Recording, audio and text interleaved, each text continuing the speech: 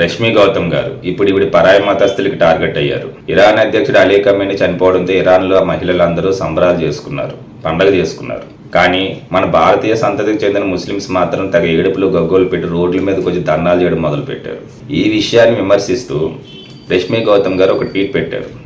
మీకు అంతగా ఇరాన్ మీద ప్రేమ ఉంటే ఇరాన్ వెళ్ళిపోండి, భారతదేశంలో ఎందుకుంటున్నారు, ఇరాన్కి సంబంధించిన అధ్యక్షుడు చనిపోతే ఎక్కడెందుకు శాంతి భద్రతలకు భంగం కలిగిస్తున్నారని ఆవిడ చాలా చక్కగా ట్వీట్ చేశారు. దీన్ని తట్టుకోలేక చాలా మంది ఆవిడని విమర్శిస్తూ ఆవిడని పర్సనల్ అసాసినేషన్ చేస్తూ ఆవిడ చేసిన ట్వీట్కి సమాధానం ఇవ్వలేక పిచ్చి పిచ్చిగా మాట్లాడుతూ ఆవిడని పర్సనల్ అసాసినేషన్ చేస్తూ ఇష్టాసారంగా ట్వీట్లు పెడుతున్నారు, బండ బూతులు పెడుతున్నారు. ఆవిడ పెట్టిన ట్వీట్ మీకు నచ్చకపోతే చాలా మర్యాదపూర్వకంగా మీరు రెస్పాండ్ అవ్వాలి, కానీ ఇలా దరిద్రంగా రెస్పాండ్ అవ్వకూడదు.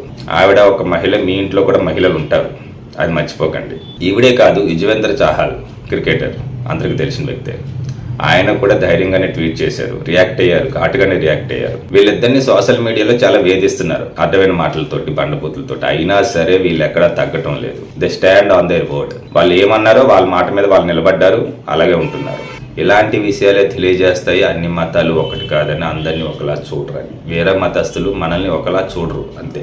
మొన్న ఢిల్లీలో జరిగిన తరుణ్ యొక్క హత్య దీనికి పెద్ద ఉదాహరణ. మనల్ని వాళ్ళు వేరుగానే చూస్తారు, శత్రువుల్లాగే చూస్తారు. అది మహిళ అయినా పురుషుడైనా ఎవరైనా ఒకటే వాళ్ళ ఉద్దేశంలో. ఇంకెక్కడ గౌరవించాలి, ఎక్కడ బాయిగా ఉండాలి. సనాతన ధర్మం గురించి అలాగే భారతదేశానికి సంబంధించిన ఏ విషయాన్ని ధైర్యంగా ట్వీట్ చేస్తారు రష్మి గౌతమ్ గారు. ఉదయనిధి స్టాలిన్ సనాతన ధర్మాన్ని కాల్చేయాలని చెప్పాడు. ఆ టైంలో కూడా రష్మి గౌతమ్ గారే ట్వీట్ చేశారు, రియాక్ట్ అయ్యారు. సెలబ్రిటీలు అన్నాక రియాక్ట్ కావాలా? మీకు దేవుడు సెలబ్రిటీ స్థానాన్ని ఎందుకు ఇచ్చాడు, అంత డబ్బు ఎందుకు ఇచ్చాడు? మీలాంటి వాళ్ళు రియాక్ట్ అయితేనే కదా చాలా మందిలో మార్పు వస్తుంది. హిందూ ధర్మానికి సంబంధించిన ప్రతి ఒక్క సెలబ్రిటీ రియాక్ట్ అవ్వాలి ఇలాంటి విషయాల్లో. దయచేసి రియాక్ట్ కండి, రష్మి గౌతమ్ గారిని చూసి నేర్చుకోండి.